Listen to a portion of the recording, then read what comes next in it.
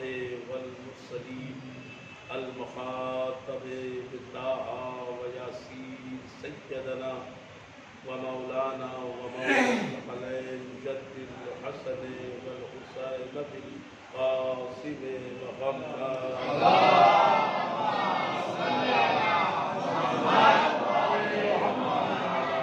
الطيبين الطاهرين المعصومين المظلومين ولعنة الله على أعدائهم أجمعين من الآن إلى قيام يوم الدين. أما بعد فقد قال رسول الله صلى الله عليه وآله وسلم: بسم الله الرحمن الرحيم. من مات ولم يعرف تمام زمانه فقد مات موتة جاهلية. صلوات اللہ.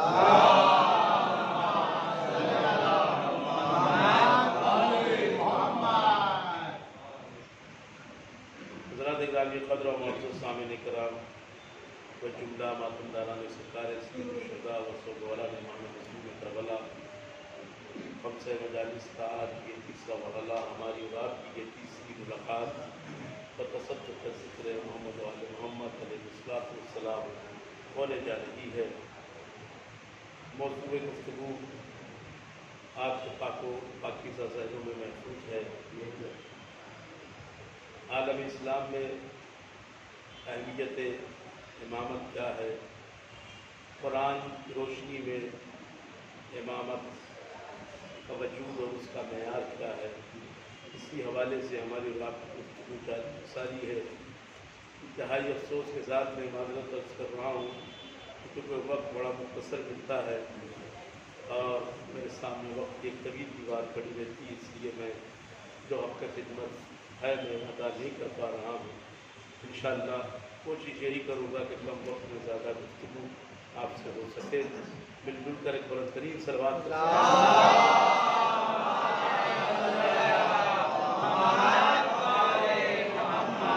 عالم اسلام میں سب سے زیادہ اہم ترین اگر موضوع ہے تو وہ موضوع امامت ہے، اور یہ ایک ایسا موضوع ہے کہ جس پر عالم اسلام میں 73 فرقے بن گئے اور اسی کی بنیاد پر امت تفرقے کی شکار ہو گئی. دو نظریے بعد رسول امت میں جاری ہوئے. ایک نظریہ یہ کہ رسول اپنی زندگی میں امام بنا کے گئے ہیں، دوسرا نظریہ یہ کہ رسول نے امامت کی ذمہ داری امت پر چھوڑ دی ہے اور امت نے جس کا انتخاب چاہا اس کا انتخاب کر لیا. اب یہ دو نظریے پہلی صدی سے لے کر اور آج تک چلے آ رہے ہیں. پوری امت مسلمہ اسی اختلاف کا شکار ہوتے ہوتے 73 صورتوں میں بڑھ چکی ہے. توجہ فرمائیے، مسئلہ حل نہیں ہوا، لیکن اگر 73 فرقوں میں کسی فرقے کے پاس اس کا مکمل اور مدلل جواب ہے تو وہ فرقہ پوری دنیا میں مکتب تشیع کہتا ہے. اس لیے کہ یہاں صرف نقلی جواب نہیں ہوتا بلکہ عقلی جواب بھی ہوتا ہے. یہاں صرف نقلی نہیں بلکہ عقلی جواب بھی ہوتا ہے. اسی لیے آج کی اس دور میں لاس اینجلس کی ایک یونیورسٹی میں ایک پروفیسر لیکچر دے رہا تھا جو کہ اسلام پہ لیکچر دے رہا تھا. تو ایک طالب علم نے سوال کیا کہ یہ بتائیے کہ اسلام میں توحید و نبوت کے بعد جو سب سے اہم موضوع ہے وہ کون سا ہے؟ وہ خاموش ہو گیا. طالب علم نے کہا کہ اگر آپ کو بتانے میں کوئی تکلف ہو رہا ہو تو میں بتا دوں. اس نے کہا اچھا ٹھیک ہے آپ ہی بتا دیں. اس نے برجستہ کہا کہ توحید و نبوت کے بعد جو سب سے بنیادی مسئلہ ہے وہ ہے امامت کا، اور یہی وہ مسئلہ ہے کہ جس کی بنیاد پر امت مسلمہ میں 73 فرقے بن گئے. تو یہ بتائیے کہ آپ کے نزدیک مسئلہ امامت کیا ہے؟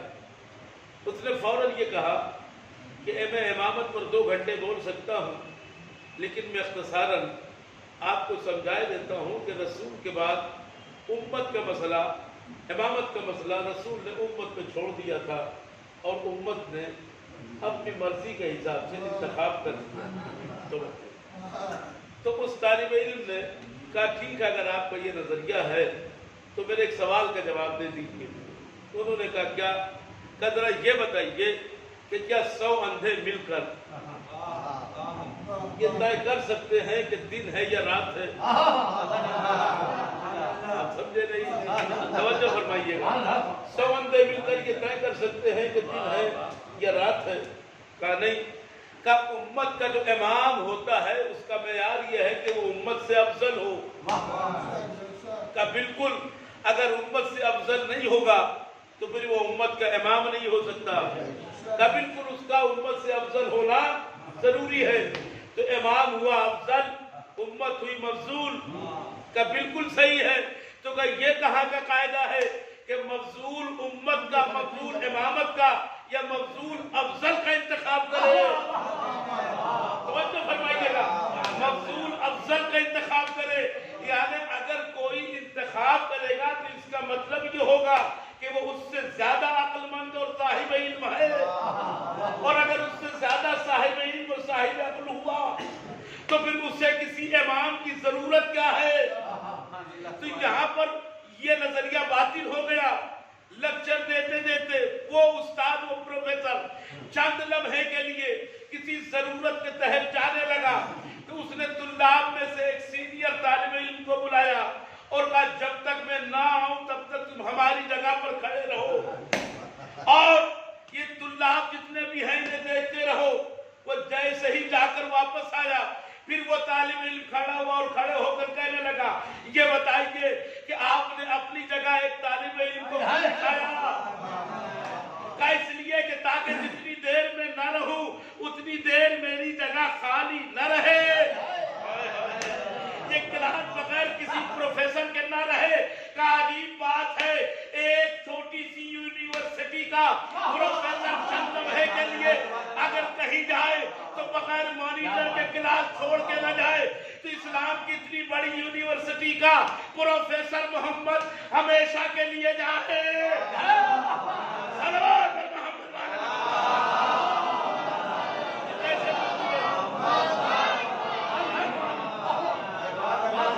اور کر رہے مل کر بڑے بڑی سروات کے ساتھ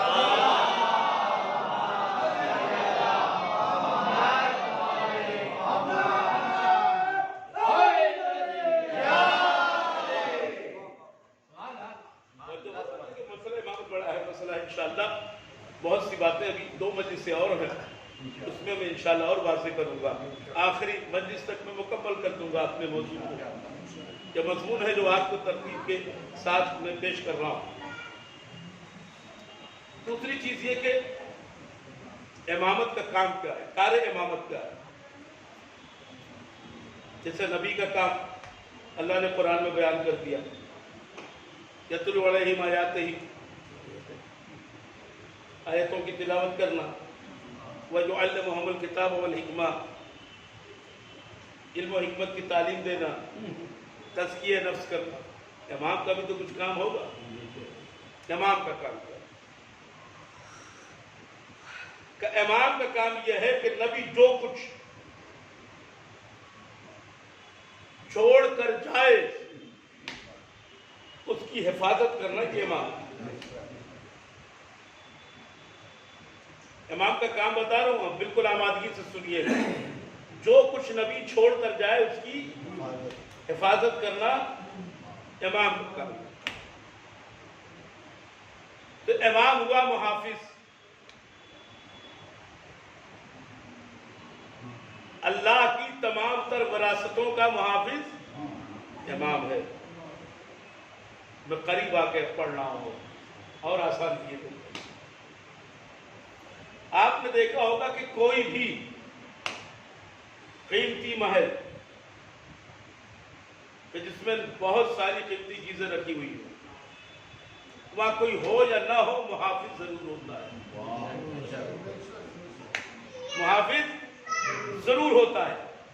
جس مکان میں یا جس محل میں, جس قصر میں, جس عمارت میں کچھ قیمتی چیزیں ہوں وہاں پر محافظ ضرور ہوتا ہے, چاہے اس کا مالک ہو یا نہ ہو, لیکن محافظ ضرور بٹھاتا ہے. کیوں کا اس لیے کہ تاکہ اس مکان کے اندر جتنی قیمتی چیزیں رکھی ہوئی ہیں وہ سب کے سب محفوظ رہیں.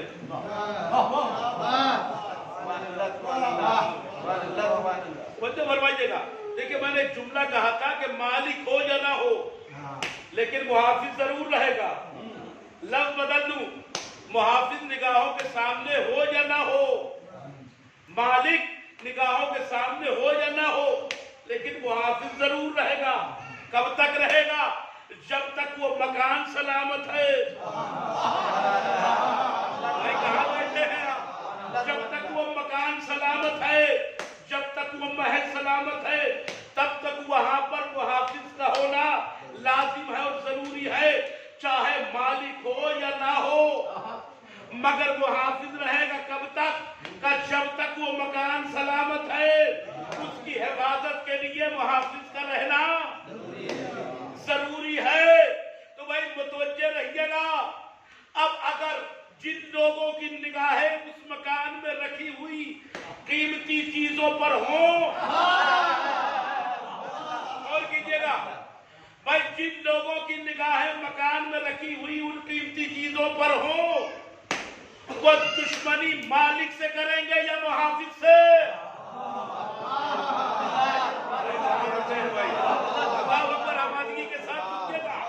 وہ دشمن مالک کے ہوں گے یا محافظ کے؟ یعنی ان کو مالک سے کوئی دشمنی نہیں ہوگی، دشمنی ہوگی تو محافظ سے۔ کیونکہ اس لیے کہ محافظ کی وجہ سے وہ ان قیمتی اشیاء تک پہنچ نہیں پا رہے ہیں، تو ساری دشمنی ہوگی محافظ سے۔ تو اسلام کے قیمتی محل کا مالک ہے رسول، علی ہے اس کا محافظ۔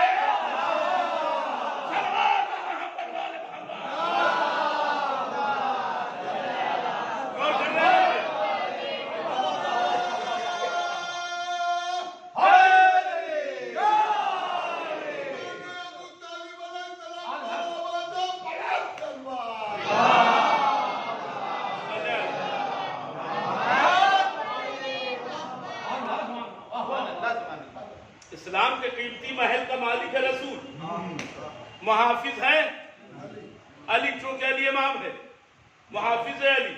دشمنی کس سے ہوتی ہے؟ محافظ سے۔ وہی سمجھ میں نہیں آ رہا ہے کہ رسول کے تو اتنے چاہنے والے،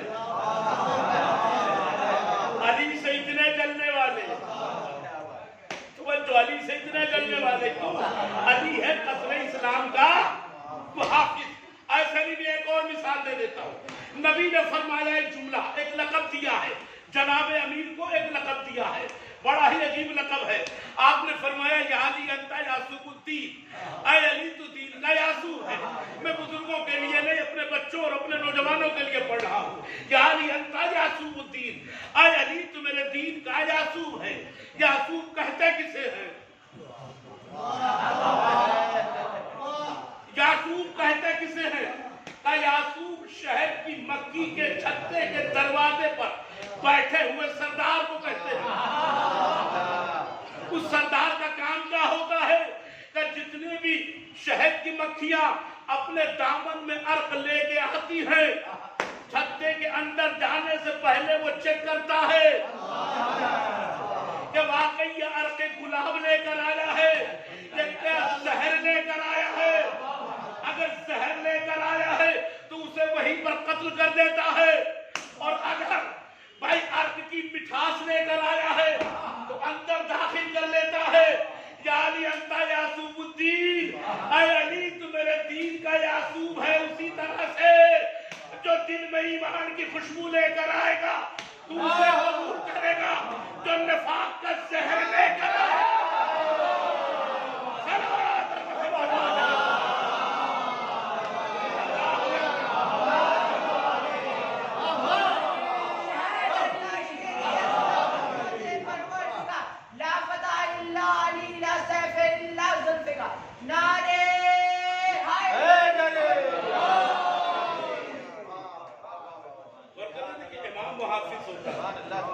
اسلام کا جو محافظ ہے وہ کون ہے؟ امام ہے، میرا مولا ہے۔ دشمنی کس سے ہوئی؟ امام سے ہوئی، کوئی امام قصر اسلام پہ بیٹھا ہوا، اور یہ تاریخی لٹیرے اس محل تک پہنچ نہیں پا رہے۔ آج تک علی بیٹھا ہوا ہے، غور فرما رہے ہیں، آج تک اپنے دور کا علی قصر اسلام کا محافظ بن کر بیٹھا ہوا دشمنی یہ کہ یہ بیٹھا کیوں ہے، ہمیں موقع نہیں مل رہا ہے کہ ہم جا کے لوٹ پاٹ کریں. توجہ فرمائیے گا. تو ساری دشمنی، ساری عداوت کس سے ہے؟ علی سے ہے. اچھا آپ سن لیجیے، محافظ کے نام سے ڈرتا وہی ہے جو چور ہوتا ہے.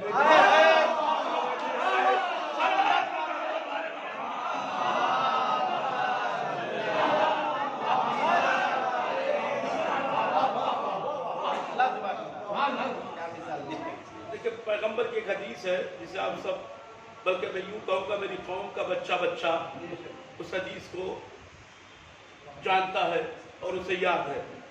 زبازت خاص و عام ہے. وہ حدیث کون سی ہے؟ یا انا مدینۃ العلم و علی باب. بالکل آسان زبان میں بغیر تمہید کے پڑھ رہا ہوں. تمہید اس لیے نہیں بنا رہا ہوں کہ وقت کم ہے. میں شہر علم اور علی اس کا دروازہ. آپ نے سن لیا، نبی نے فرمایا میں شہر علم، علی اس کا دروازہ. بھائی کتنا ہی عالی شان مکان کیوں نہ ہو، کسی بھی مکان میں کوئی بھی سامان اس وقت تک لا کر نہیں رکھا جاتا ہے جب تک اس میں دروازہ نہ ہو.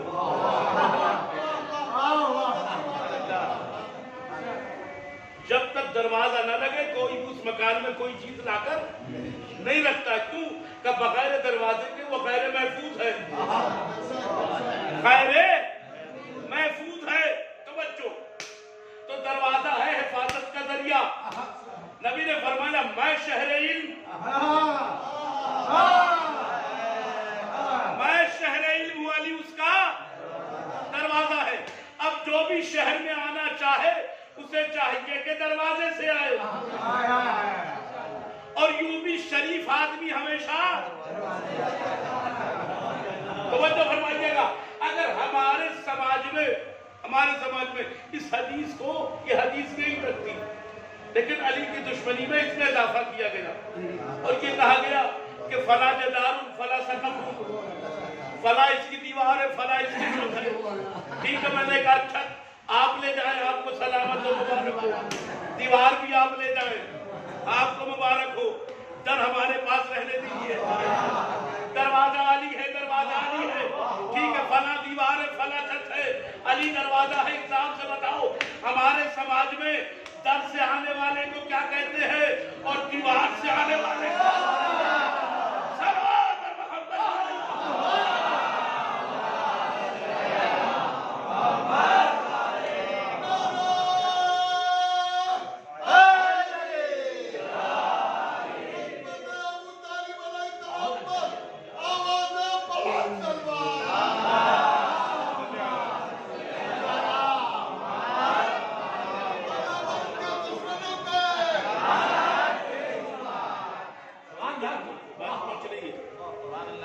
علی ہے شہر علم کا دروازہ.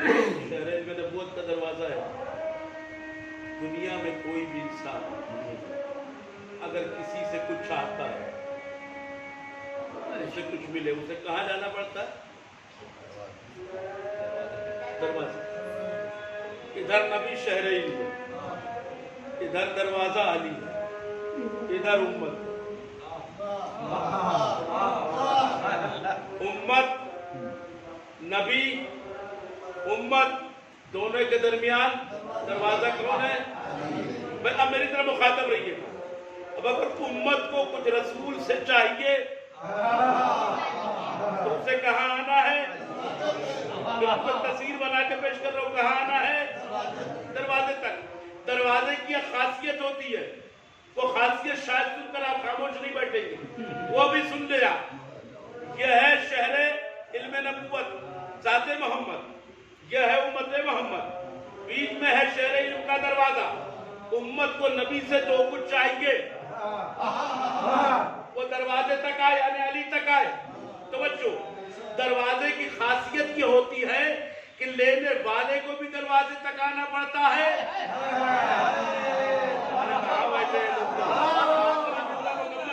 پہلے آپ کو بولنا چاہیے دروازے کی خاصیت یہ ہوتی ہے کہ لینے والے کو بھی دروازے تک آنا پڑتا ہے اور دینے والے کو بھی پڑتا ہے. اللہ اکبر. حکمت پیغمبر دیکھیے کہ علی تو شہرین میں نبوت کا دروازہ ہے. یہ کہہ کے دنیا کو بتا دیا کہ دیکھو علی اس ذات کا نام ہے کہ جس تک آئے بغیر نہ میں تمہیں کچھ دے سکتا ہوں.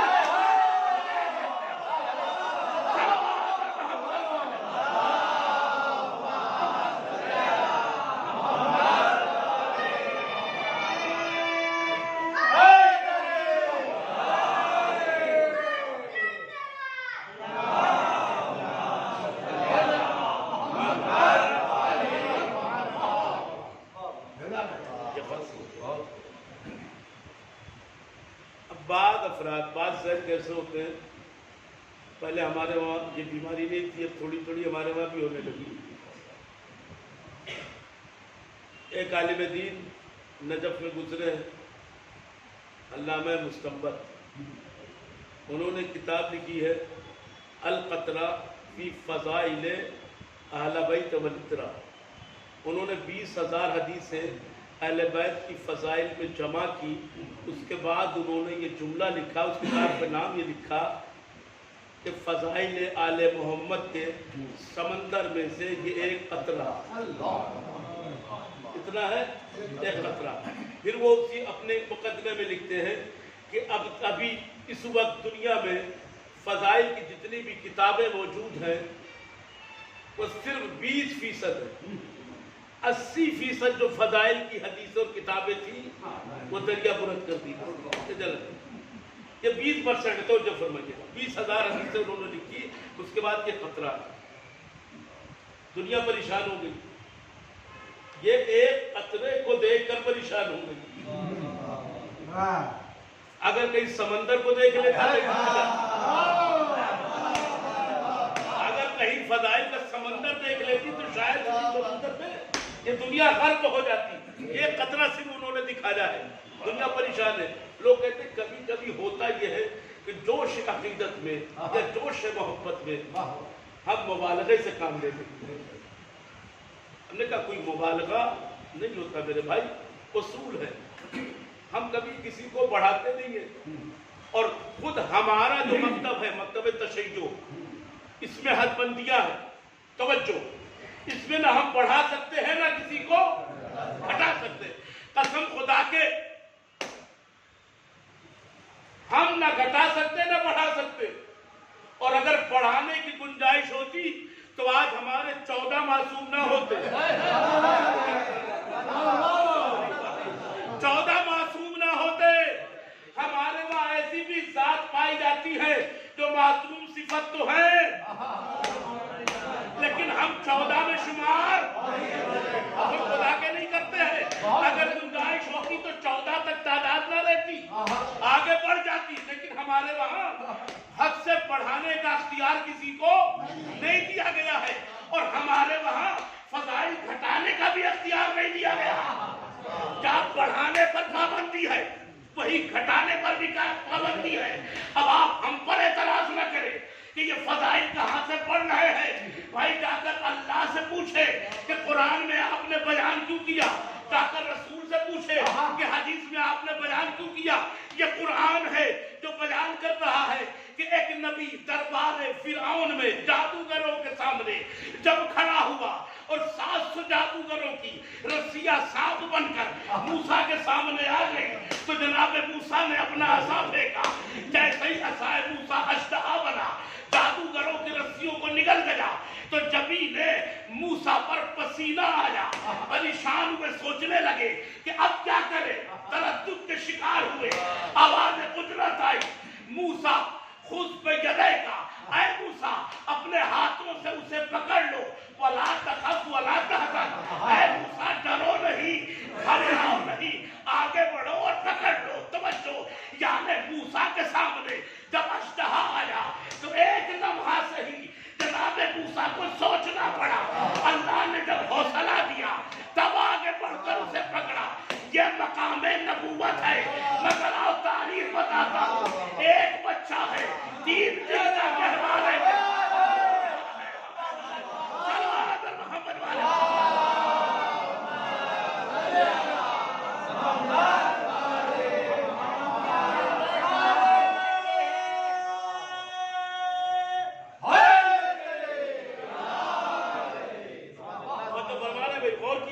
ایک بات ہے وہ دلیل کے ساتھ 3 دن کو انہوں نے گہوارے میں اشتر کو چیرا.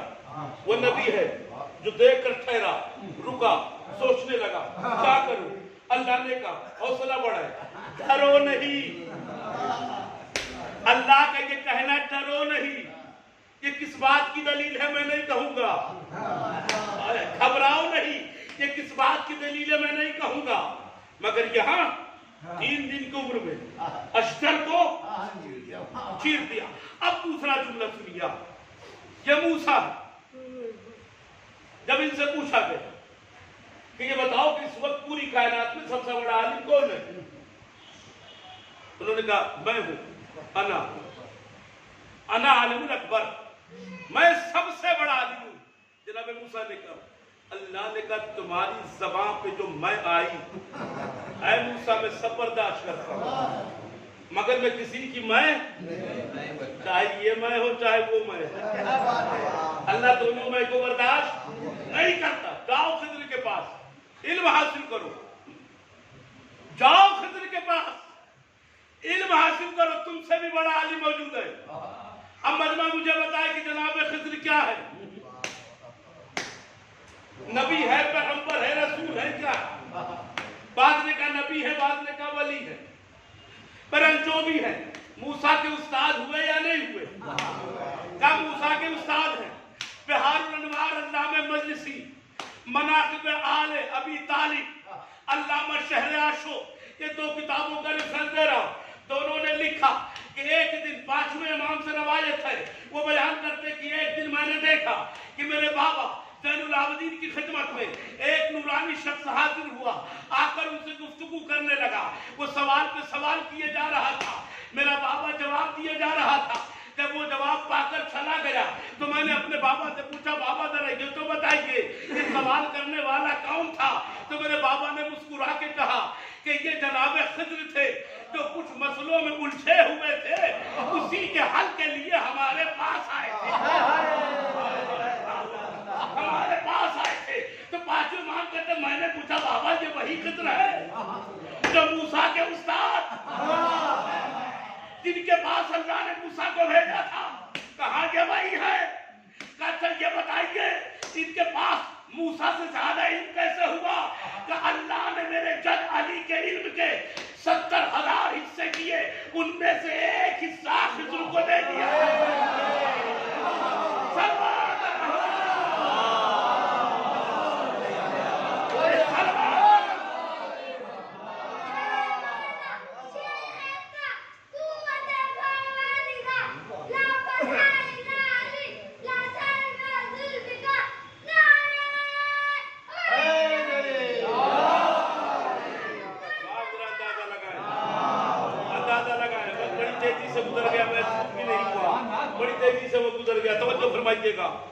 اللہ نے علی کے علم کے 70,000 حصے کیے, ان میں سے ایک حصہ خضر کو دیا.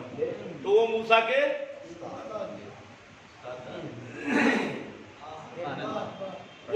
استاد بن گئے. آگے میں نہیں بولوں گا, آپ خود بولیں گے, آپ کے بولیں گے. تو پھر علی کیا ہوں گے؟ پھر اندازہ لگائے جس کا علی ایسا ہو اس علی کا نبی کیسا ہوگا, جس کا علی ایسا ہو اس علی کا نبی کیسا ہوگا. موسیٰ نے کہا میں سب سے بڑا علی ہوں. اللہ نے کہا کہ میں مجھے برداشت نہیں ہے, میں سب برداشت کر سکتا ہوں مگر کسی کی میں نہیں برداشت کر سکتا. اب جائیے موسیٰ کی ایک میں نہیں برداشت کی. دیکھیں نبوت اور امامت میں فرق کیا ہے. ادھر خطبہ نورانیہ میں میرے آقا اور مولا, میرے سید و سردار, غالب کل غالب, مطلوب کل طالب, مولانا علی ابن ابی طالب.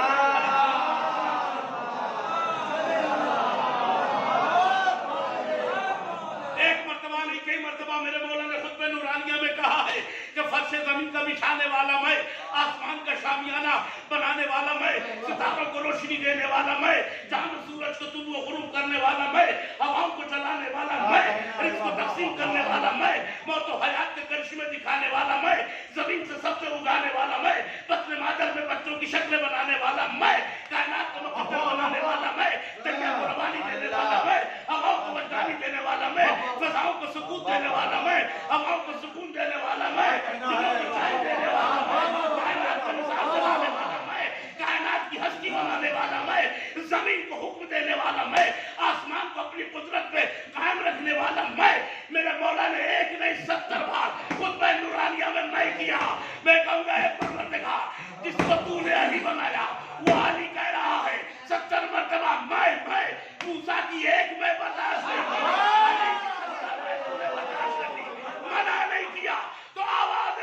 آئے. نادان موسیٰ نے جو میں کہی تھی وہ موسیٰ کی زبان تھی, علی نے جو میں کہی وہ میں.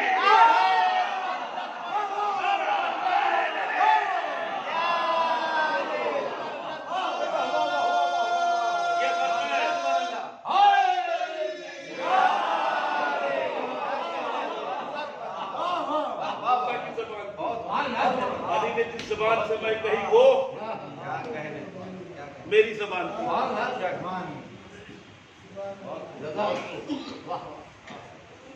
یہ ہے مقام امامت.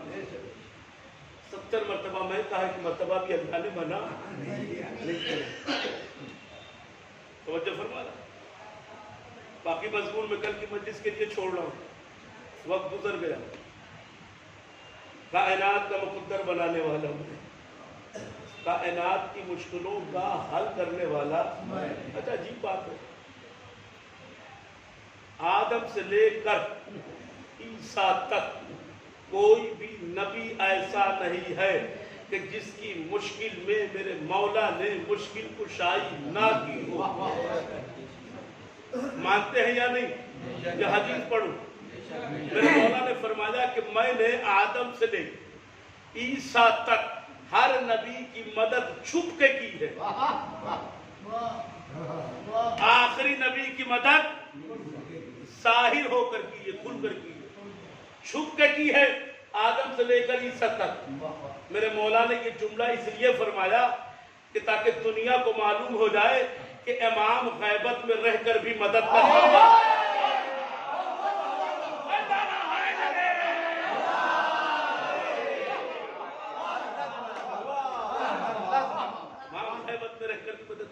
سب کی مدد ہے. بغیر علی کی مدد کے نبوتوں کا گزارا نہیں. بغیر علی کی مدد کے امتوں کا گزارا کہاں سے ہوتا ہے؟ کائنات کی مشکلوں کو علی نے حل کیا, انبیاء کی مشکلوں کو علی نے حل کیا.